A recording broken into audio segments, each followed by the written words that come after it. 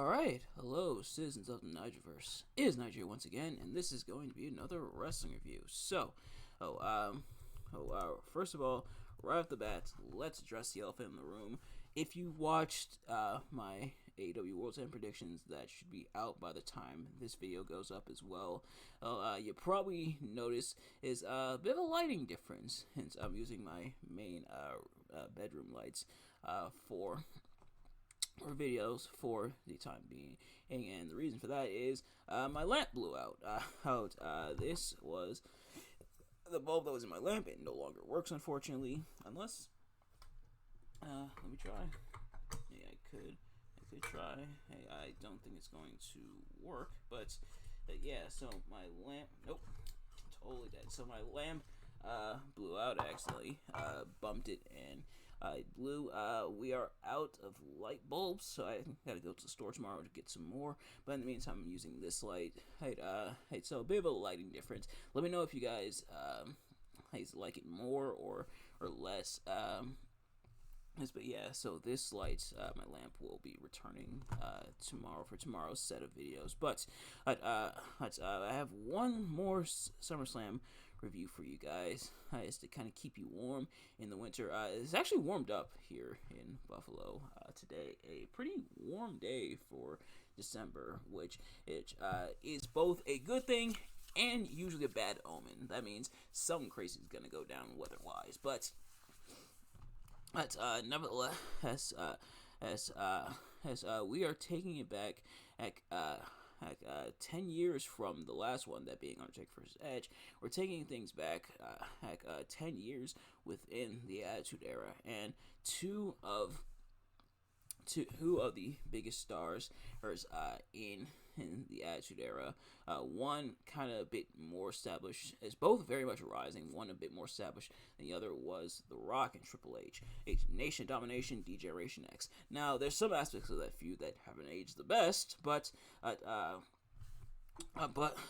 we'll see what happens when they collide against each other here. I'm of course talking about The Rock versus Triple H for the Intercontinental Championship in a ladder match at SummerSlam 1998.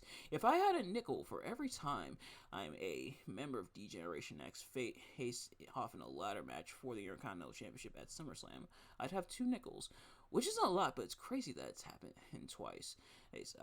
But I know that joke's kind of old. It's kind of played out. I'm sorry, but nevertheless, as always, I'm not a professional wrestling viewer, analyst, or anything like that. Just a man who enjoys a good time, and I definitely, I must say, had a real good time with this one. So let's get right into it. So if you've seen these reviews of mine before, you kind of know how this works. If you haven't, I'm going to be talking about what I liked and disliked about the match, starting with what I liked.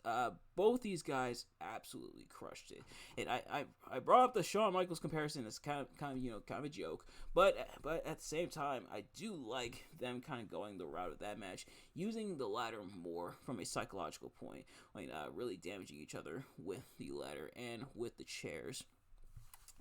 There's excuse me, with the chairs and the ladder, not really focusing too much more on spots, but the psychology of the ladder. Now I'm seeing a few more matches that had style. I do appreciate it. Like nothing wrong with the ladder spots. There are some very iconic ones, but to see them not really using the ladder as like a crutch, but more about the rivalry, how much these two want to maim each other, I think, is a very nice touch. So seeing that, and both guys absolutely, he just punished each other and put their bodies on the line. This match was a lot of fun though. Sometimes you just want a lot of fun. Sometimes you want your technical prowess and you want your psychology and everything. Other times you just want some insanity and some fun. This match had I think the best of both worlds. Definitely a lot more of the in-ring psychology and work, which both guys are more than capable of.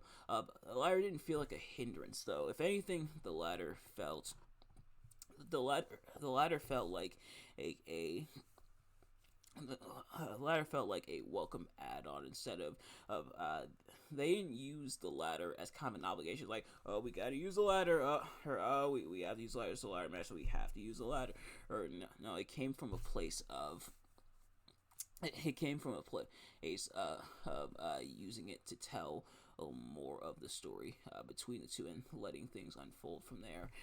And some crazy spots, including both guys taking each other off the ladder at different points.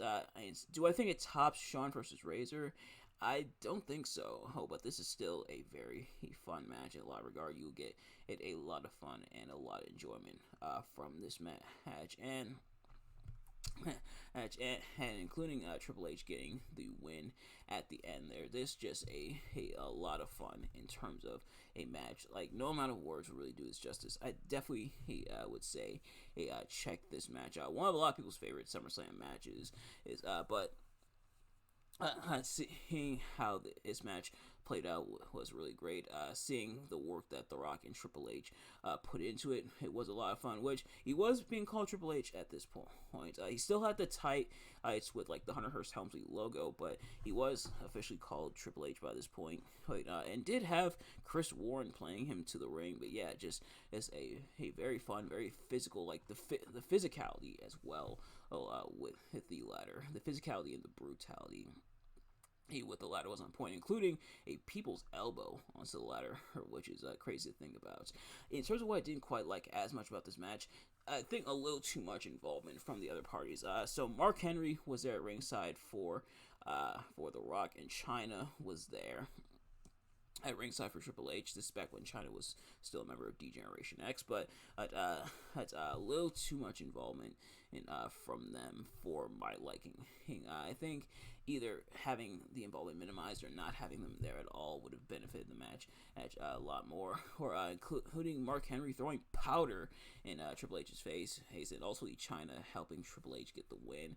And I don't mind it too much. It makes sense because China and Mark Henry have kind of been beefing as well within the DX Nation Domination rivalry, including a very, very uncomfortable and creepy moments. But seeing their interference, them getting involved a little too much, kind of took me out of it a little bit. It wasn't super duper detrimental, and The Rock and Triple H did the bulk of the work. It wasn't as bad as, say, Paul Heyman from The Rock versus Brock Lesnar at SummerSlam 2002 that I just reviewed. So if you haven't already, go check out that review. But it almost did get a little grating at times. But otherwise, still a very fun match. A match I definitely recommend checking out. But in the meantime, thank you all so much for watching. I hope you enjoyed. If you did, please do me a favor. Like, comment, subscribe, share with your friends, and turn on post notifications so you know every time I upload a video so you can see as soon as it drops. And let me know in the comments what your thoughts on the match, my review of the match. Do you like the match? Do you like my review of the match? Let me know. Thank you all so much for watching. Thank you all so much for watching. Excuse me. And I'll see you guys later. Peace.